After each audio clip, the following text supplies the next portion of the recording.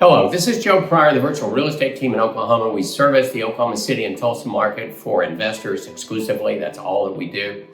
I just did a video about one of the ways we make a decision on what we want to recommend to you. Now, it's based on information that we get, purchase price of the house, what the closing costs are going to be, what the interest rate is, what the property management fee is going to be, insurance, taxes, all of those things. And then we come up with an analysis.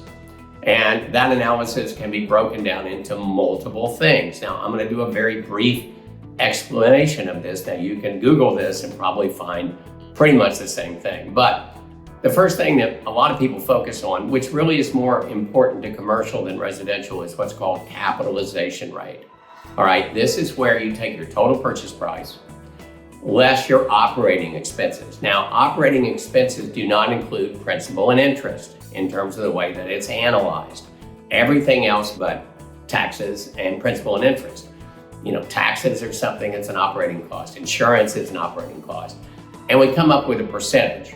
Now, right now, the percentages are going to be fairly low, but commercial real estate is more based on rental. It's more based on what can I really get for this. Now, it's important to residential, but there's a difference in terms of how we evaluate how the property is going to appreciate. So let's go more into the residential way. Now, capitalization rate, cap rate.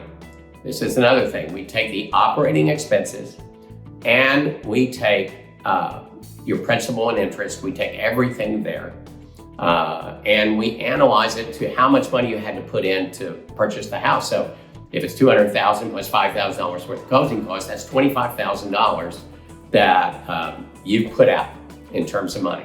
We want to know how long it takes to get it back. If it's a 10% cap rate, which doesn't exist right now, but for the sake of discussion, it means that after all your expenses, after your operating expense and principal and interest, you got a 10% cash on cash coming back. Annualize it to say that way it would take 10 years to get your money back. Not necessarily important, but a very, something, doesn't mean that you're not going to buy it. But it's important to know how long is it going to take to get my money back. The other thing that we analyze is, appreciation.